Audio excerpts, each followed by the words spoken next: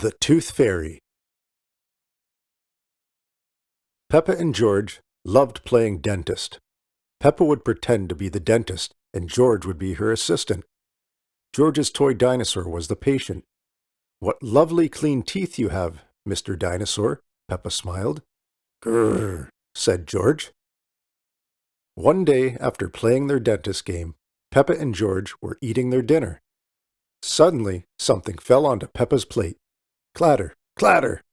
It made Peppa jump. "What's that?" she asked. "Ho, ho! It's a tooth!" Daddy Pig laughed. "But where is it from?" asked Peppa. "Why don't you look in the mirror?" said Mummy Pig. Peppa looked. She had a big gap in her teeth. "Oh no!" Peppa cried. "Do we need to go see Dr. Elephant?"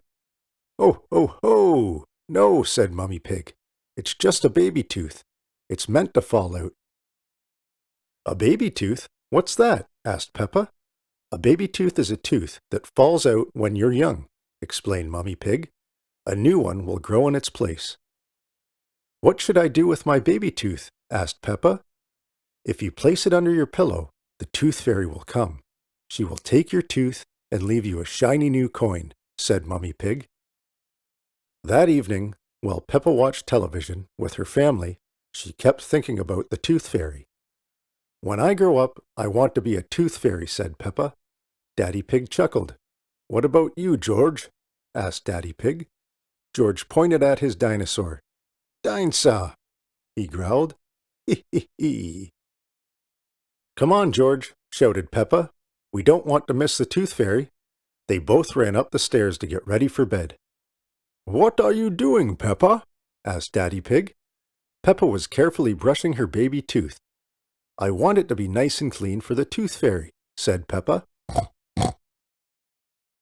Peppa tucked the tooth under her pillow. "Are you sure the tooth fairy will be able to find it?" she asked. "I promise," said Mummy Pig. "Just wait and see." "Good night, Peppa and George." "Good night, Mummy. Good night, Daddy." "I'm going to wait up all night for the tooth fairy," Peppa said. "George, let's not go to sleep." George smiled and nodded. Peppa waited and waited. She could hear something. "Is that the tooth fairy?" Peppa wondered. "George," she whispered, "did you hear that? Can you see the tooth fairy?" She climbed down to look at George. He was fast asleep. It was him making the noise. "I am much better at staying awake than George," Peppa sighed. She settled back in her bed. After a while, her eyes started to close. She quickly opened them again. "I am going to stay awake and see the tooth fairy," Peppa said to herself firmly.